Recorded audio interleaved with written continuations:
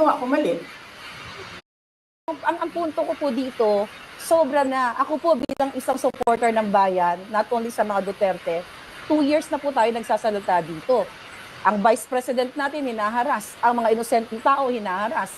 So ang question ko, kagalang-galang na Vice President Inday Sara, ano po ang endgame ng taong bayan? Sa inyo po kami kumukuha ng lakas para magkaroon pa ng hope ang ating bayan.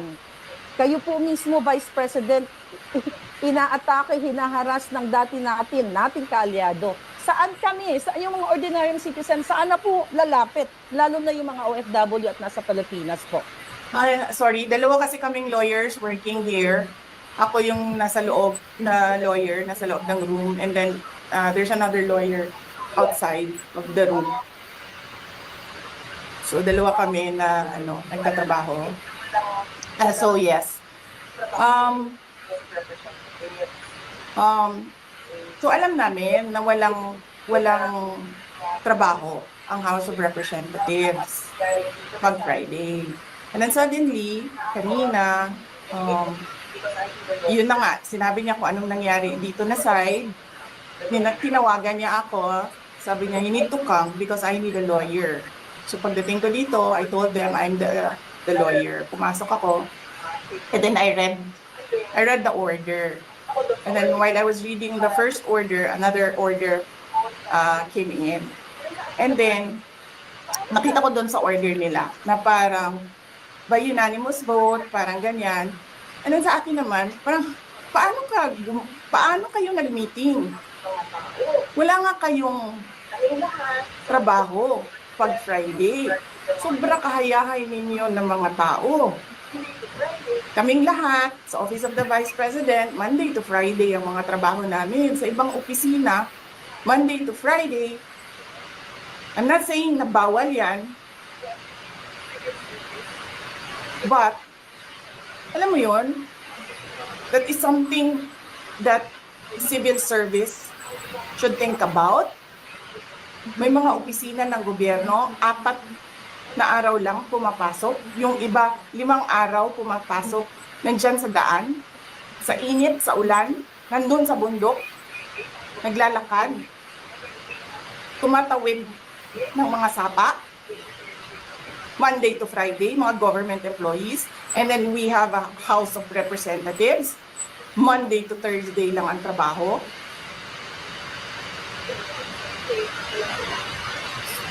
The civil service, we think that ganyan. So anyway, wala sila. Wala silang trabaho. So hinahanap ko, where is this special doon sa order? Where is this special committee meeting that happened? Because they need the permission of the majority leader and the speaker. Kasi nga walang trabaho eh. So kailangan nila ng permission. Walang nakalagay doon. So how is that a legal order? Tapos nakalagay pa sa second order nila, I violated security regulations when I visited. Before ako pumupunta dito, pinapaklear ko yung oras ko. 11 to 1, 4 to 5. Anong security violations ang binayolate ko dito sa loob? They allow other visitors to come in here. Pero ako, sinabihan ako kanina, hindi ka pwede bumisita dyan sa loob. Doon kayo sa visitor center. Ililipat namin. And then I said no. Sabi ko, sinabi ni Secretary Chua through that lawyer, I think Attorney Agnes, I don't know if I remember the name correctly right now, na yes, she can visit subject to the guidelines of the detention center. And so anong ginawa ko mali? Basta na lang ba ganon? Sasabihin nyo, I violated security regulations. Ano yun? Wala naman ako 2 baril. Nung sinabi sa akin na hindi ako pwede pumasok, nag-antay ako. Alam mo, binibigyan ko pa ng pasensya yan si taas ba yan? Kanina eh. Ngayon hindi na. Nagsinungaling pa siya na I refused daw to leave last night when I did not even know na pinapaalis ako. Ang sinabi lang sa akin, papatayin ang kuryente. Which I said, okay lang. Kasi may flashlight naman ako. Hindi ko naman kailangan ng kuryente.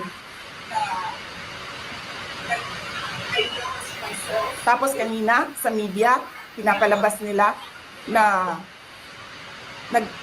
I locked myself doon sa kwarto. Of course, nag-lock ako kasi natutulog na ako.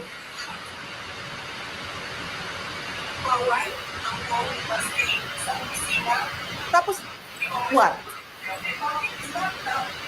Bawal ako magstay sa opisina ni Congressman Pulong Duterte. Bakit? Is not that government property? I was allowed by the lawful occupant and possessor of that office to stay there, to assist a detainee who is inconsolable right now. Na hindi mo na alam kung yung sakit niya sa likod is a heart attack o ano, kasi hindi nila pinapapasok yung doktor. Diba?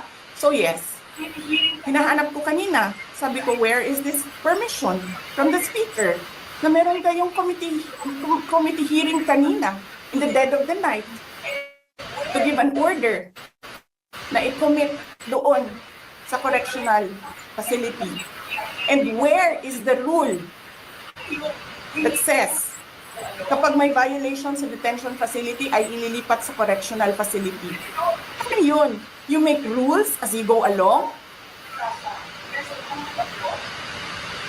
Ano yun? Di ba dapat sa demokrasya, there's a rule of law? And then they make rules as they go along?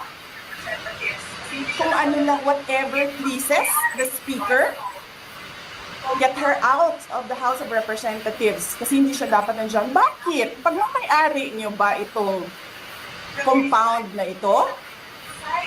And then sasabihin pa nila sa akin na there is a threat to my life inside the batasang pambansa? Why is there a threat to my life? This is the most secured facility because nandito lahat ng mga spoiled brat sa ating